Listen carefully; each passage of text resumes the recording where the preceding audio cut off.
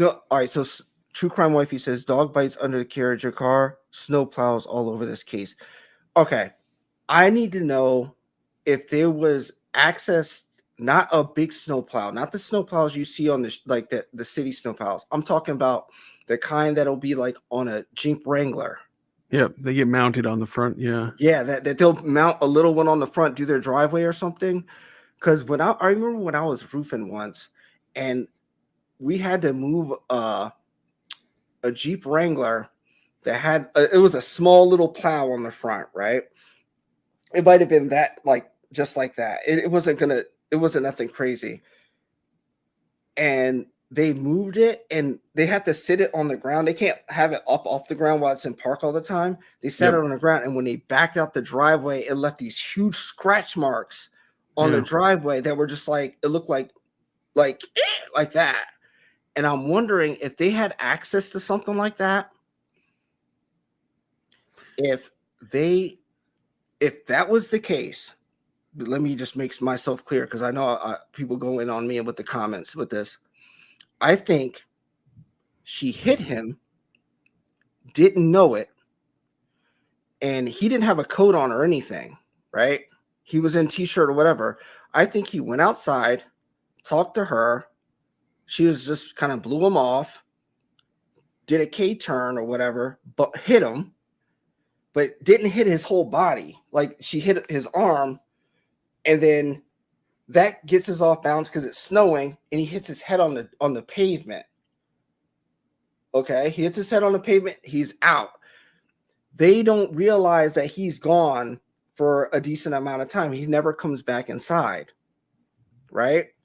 So I think that he came inside. He went inside, like he either was about to go inside and went back outside, or he was inside for some time when Karen pulled up and turned around, like they talked outside or something.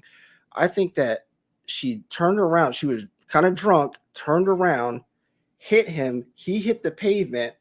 It's like the hit wouldn't have killed him just by the back of the car. I think he fell back and hit his head, and that knocked him out.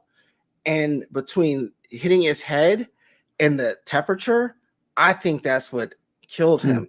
And I think that the people in the house saw him in the street, not on the lawn part, but in the street, laid out, and were like, what the fuck did we do? Because they don't know how it happened. They just see him laid out in the street. They might think, and remember, these people are drunk. They might think, oh, maybe she hit him, but he's been out here so long, it might be our fault, and we can't put it on her. You see what I'm saying?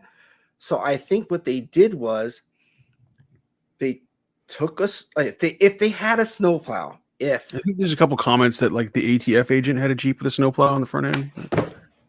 Yeah. Okay. All right. If they had a snowplow. Brian Higgins. Yeah. Oh, he did? Okay. They lift the snowplow up. They go and they roll him over like this. And that's where you get. Okay. All of those scars on his arm aren't from the car. It's from the bottom of the snowplow. When they lift the snowplow up, put it on him, turn it, and then I think they put him on, so they're not really touching him that much. They put him on there and then moved him onto the grass, and then put the Jeep back into the driveway, and just like started going on their phone like, how long to die in cold, because they're trying to judge the time he got hit to the time he died. So when the real people come to try to figure out what happened, they can add a timeline to it, and it'll add up to their story. But what happened was, this is my theory still, that Karen came back and saw it and saw them outside, and they're like, she's like, I hit him, and they're like, yep. And then it's all on you. That's why he's in the grass like this, because you hit him.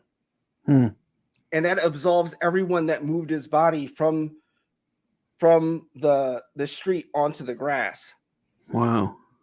That's my theory, and I don't know much about that case, but I'm going by the injury, and I specifically remember seeing those marks on his arm. I'm like, that car didn't do that. That's something else, because those are deep and they scratch out. Doctor, I want to show you a photograph and ask you very quickly, have you seen this before? Yes. Is this one of a number of photographs that you reviewed in furtherance of your evaluation of this case? Yes, it is.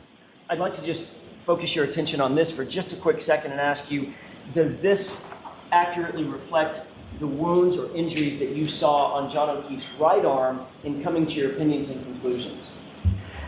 Yes, it reflects the injuries that I saw in photographs. All right. Now, based on your review of all of the data that you've talked about, all of the information that you were given and reviewed, what is your opinion or conclusion about how these injuries were sustained? I believe that these injuries were sustained by